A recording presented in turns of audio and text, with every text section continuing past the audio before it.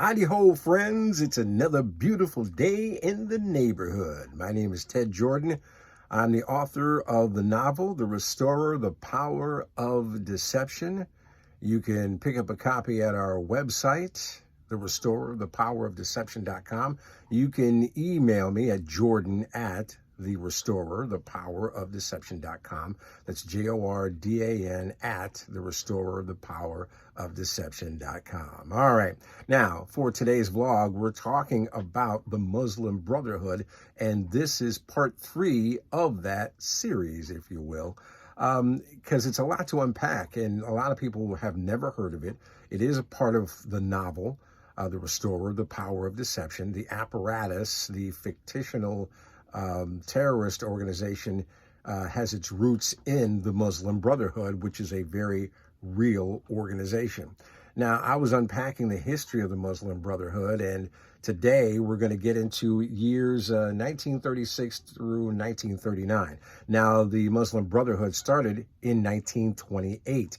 They've been very, very busy even up to this very day. But back then, there were seeds of destruction and death, but also some good stuff. They were doing some good stuff for their community, but they branched off and out because of jihad, Sharia law, and some other stuff. That's their edict. That's what they go by. Now, the Quran is really ultimately what they go by, but it's really more of jihad, which means, again, waging war against non-Muslims. All right, so here we go. Now, between 1936 and 1939, the Brotherhood's membership went up from 800 to 200,000. That's a lot of people, It had grown in political influence. As a matter of fact, back then, Cairo, or Egypt, was considered, if I'm saying it right, was considered a British colony. And of course, the Brotherhood didn't like that. And it has been reported that they overthrew the prime minister there through assassination through one of the Brotherhood members. So again, murder, death, taking by force by any means necessary seems to be the credo of the Brotherhood, along with other terrorist organizations. As a matter of fact, according to the research that I've done, they were also looking to kick the Jewish people out. Now, who does that sound like? Nazi Germany. Speaking of that, there are reported ties between the Nazis and the Muslim Brotherhood, meaning they were funding them prior to World War II.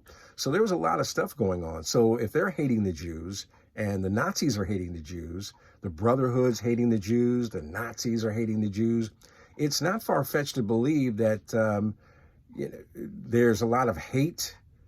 There's a lot of, murderous intent. There's a lot of stuff going on here.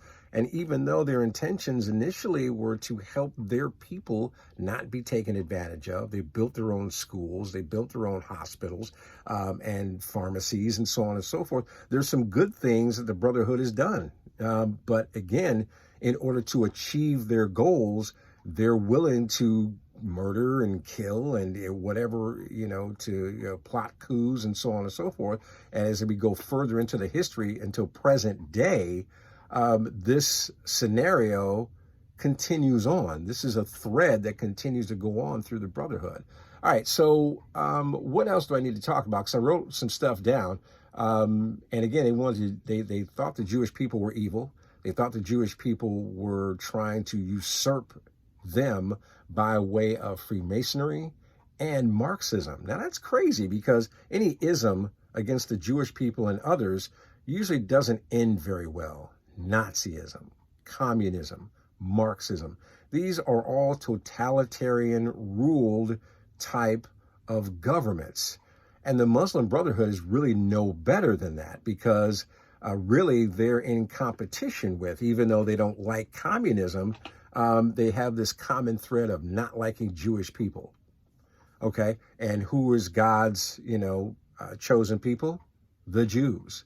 So that gives you an earmark right there, letting you know that there's something hinky going on there, something not quite right when there's a lot of violence, there's a lot of hatred. That's not godliness. According to the Word of God, you know, we're supposed to be showing people love, but he's a God of judgment, I should say. Again, it's a lot to unpack here, and so I just wanted to share that bit of information with you so you know. And please, by all means, go ahead and do your own research. Check it out. Don't just take my word for it. Go out, because the truth is out there. Hi, my name is Ted Jordan. Just in case you're tuning in, I am the author of the novel, The Restorer, The Power of Deception.com. You can get that. I'm sorry, I keep saying the website along with the title. So the title of the book is called The Restorer, The Power of Deception. And the website is The Restorer, The Power of Deception.com. You can also email me, Jordan, that's Jordan, at The Restorer, The Power of Deception.com. Please like and subscribe to our YouTube channel. Follow us on Facebook and Instagram. Thank you again for your support, and we'll talk again soon.